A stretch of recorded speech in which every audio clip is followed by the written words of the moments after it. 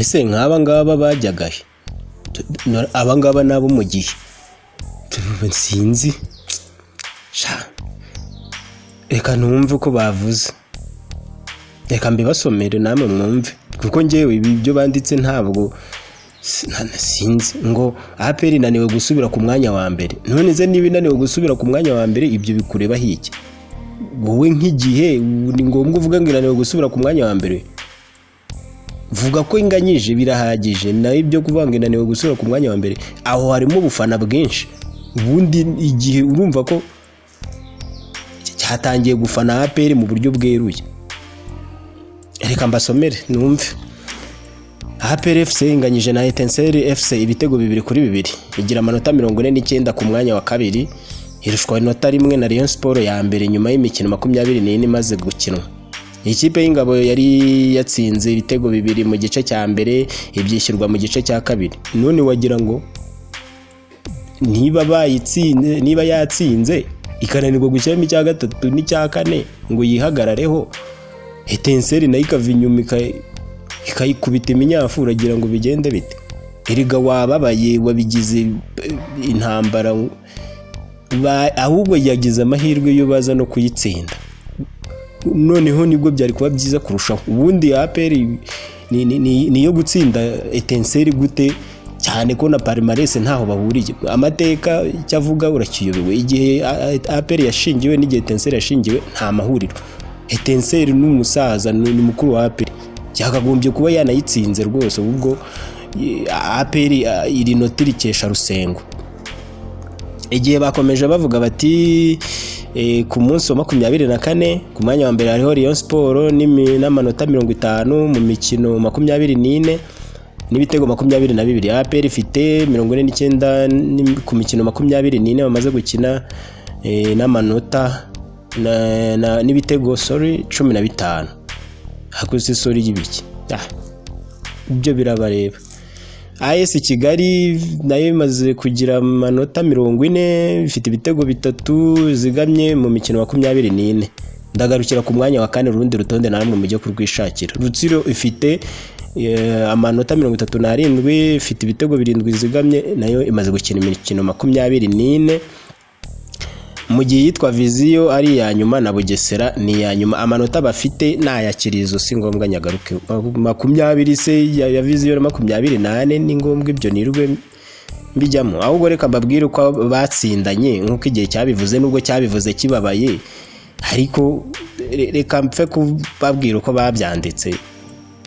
Ariko igihe mugabanye ibyo ufana, kuko ifana ryanyu naryo rirarambiranye. Umufana ari umwanditsi ari kwandika rira amarira ari muri izi nyandiko.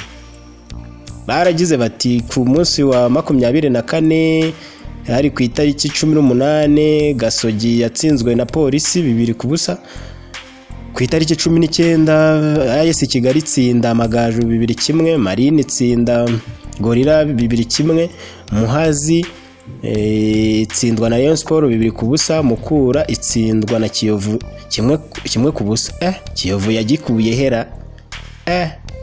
Kiyovu aya manota yayakuye. Musanze nganya na Viziyo.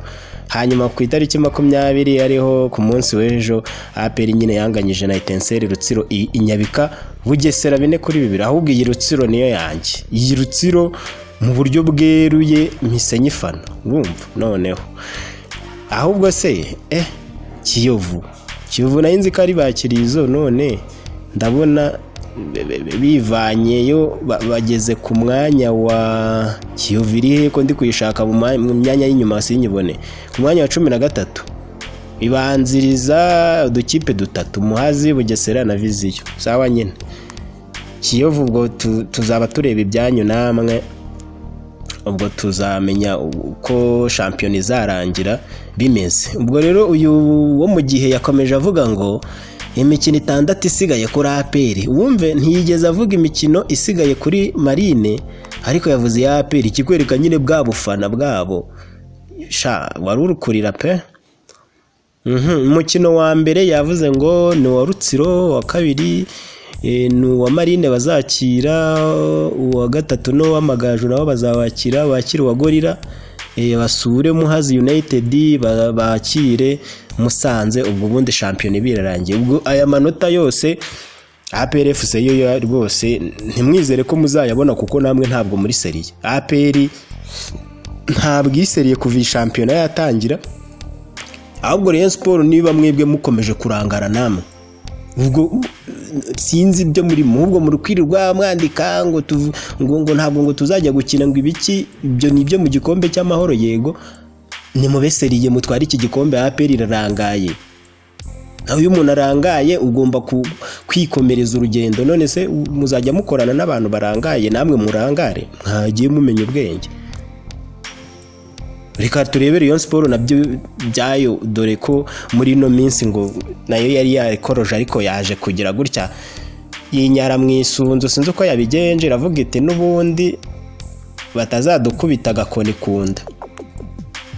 Kandi ubwo uyu munyamakuru wandikiye Igihe ibingibi ngo bya APR yabyanditse arira, wahasanga inkuru yareye yanditse ajiginywa afite uburakari bwinshi ngo yasubiye Huye. Mama, ariko se mbere yuko twumva uko uyu munyamakuru yabaye ari ajiginywa bijyanye n'uko Rayon ushobora kubisubiye Huye gukina umukino na Mukura, abundi umutoza wa Etincelle we Seninga Innocent yavuze iki mu gihe yari amaze kunganya na APR ndetse we yanashakaga kuyitsinda kuko ntabwo yari yayijenjekeye? Yagize ati amakipe yombi yahuye ku cyumweru tariki 20 umukino wa 24. Ibyo ni nabivuze, ubundi ibyo yakomeje kwandika nibiki. Reka twumve ibyo Seninga yagize ati mbere yuko umuntu aba umutoza yari yarabanje kuba umukinnyi. Dufite amakipe twanyuzemo, kuri nge naciye muri Intare FC, ni ikipe ya kabiri ya APR, byumvikane ko hari isano. Ubu rero ndi muri Etincelle nkaba umukozi wayo, bivuze ko ntaho nari impuriye na APR. Iyo niyo mpamvu mwabonye ko n'umusaruro wavuyemo wari mwiza. Umusaruro se konganya ni mwiza, byo buvuga nibiki? Abari babyiteze rero bamenye ko nari mu kazi, kuba narahanyuze nta ngaruka mbi bigomba kugira ku ikipe ndimo. Seninga kandi yongeyeho ko ari inota ryari rikenewe cyane n'iyi kipe yo mu karere ka Rubavu, dore ko ihanganye no kubona amanota ahagije yayifasha kutamanuka mu cyiciro cya kabiri. Kugeza ubu ubu koko inota rimwe niryo uri kwishimira, wagira ngo watwaye igikombe. Ngubu yurwe abatoza nabo namwe mufite ibibazo. Inota rimwe ngo kuye kuri APR hutayitsinze uri kwishimira inota rimwe, ibyo se bizagufasha iki? Urumva uzabona amakipe makuru toza uri kwishimira inota rimwe? Abatoza b'iki gihe ubundi mwabaye mute? Seninga Innocent nawe urantengushye niba uri kwishimira inota rimwe. Nayo nzi yuko uvuga uti nge naye niza ahubwo irancitse. None kwishima ntabwo wakabaye wishima, wakabaye ubabaye, ahubwo uri kuvuga uti irancitse, uri no kuburanya umutoza wa APR cyangwa se umusifuzi. Umutoza wa APR nyine wiza amayere, mukaba mwabanje no gufatana no mu mashati. Ibyareye byo biteye bite sara?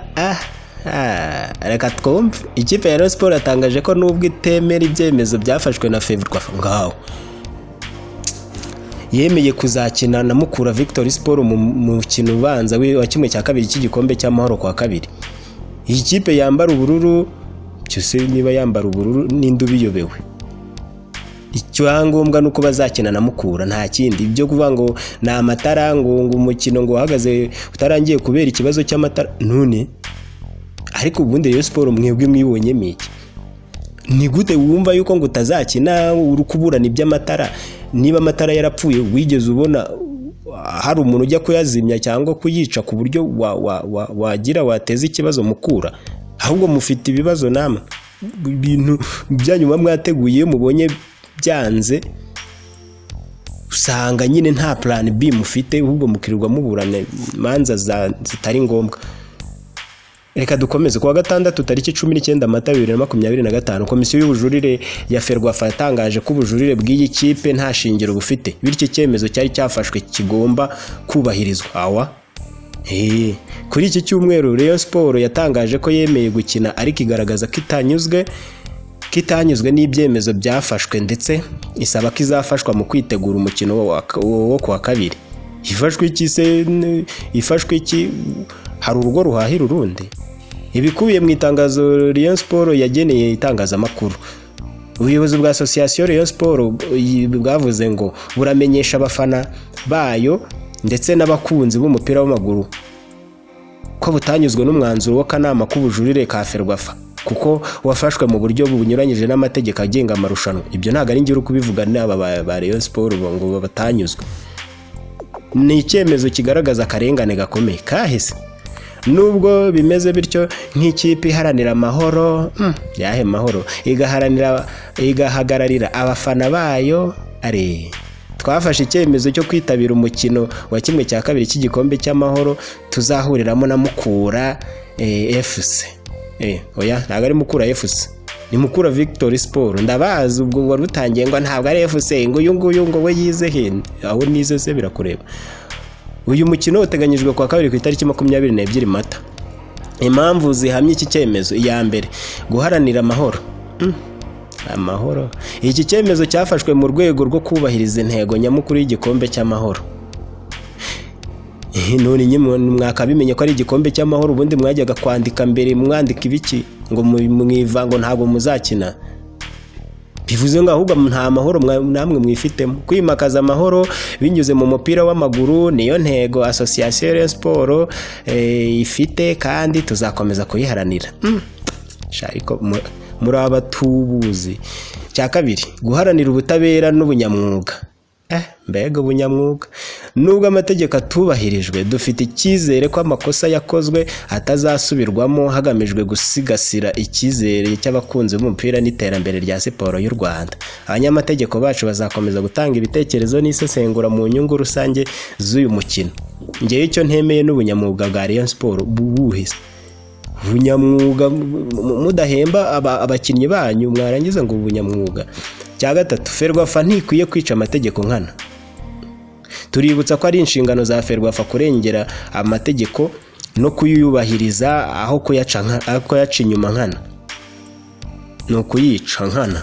Umuryango uyobora umupira ugomba kuba icyitegererezo mu kubahiriza amategeko yashyizweho n'abanyamuryango bawo. Turasaba abanyamuryango ba Ferwafa gusigasira amategeko mu gihe yirengagijwe ku bushake. Twese dufite inshingano yo gukomeza kubungabunga amategeko atugenga.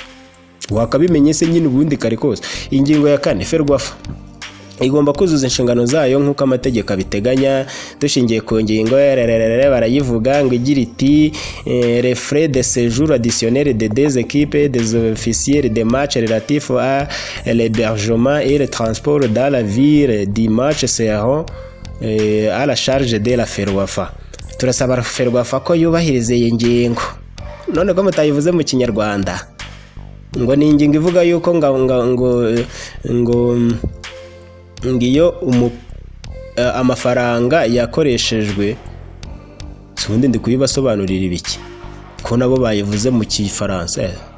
Byo ntabwo ari byo byanzanye. Icyo mugomba kumenya nuko Rayon Sport izajya gukina na Mukura, nta ibindi byaba ubundi ari no kurondogora. Ubwo nuko bimeze ku makuru yajyanye n'imikino, nuko nguko bimeze yaba kuri Rayon Sport na APR. Ujuginywa ngo APR ngo ni ya kabiri, ibyo nibikureba. Niba Rayon Sport na yari ya mbere bikaba bikubabaje, ibyo nibikureba. Nuwo bishimishije nawe biramureba. Gusa byakubabaza bitakubabaza, nta nyungu nge mbifitemo, kandi nawe ubwawe kubyishimira ngo Rayon Sport iri imbere n'ubundi ntacyo wunguka. Ibyo rero byose nge mbona biza. Icyo nakoze nge n'ugutera bibuye muri aya makuru yanyu, nta kindi. Ubwo rero nta nubwo mbyitayeho. Mwatsinda mwatsindwa, byo nimushake mube n'abanyuma mwese, ubundi rutsiriza igitware byaba byiza kurushaho. mukareka no kuzajya mwiyemera ngo murashoboye kandi ntacyo mushoboye. Ubunyamwuga ntabwo nukwirirwa mutegura hanze y'ikibuga ngaya amarozi ngaya iby'ibiki zabitugukwa haza hato na hato mukirirwa mubeshya ngo muzi gukina ngo murakaza. Nta mikarire y'umupira w'amaguru wanyu, bana ibyo ngibyo aho ngaho. Sawa.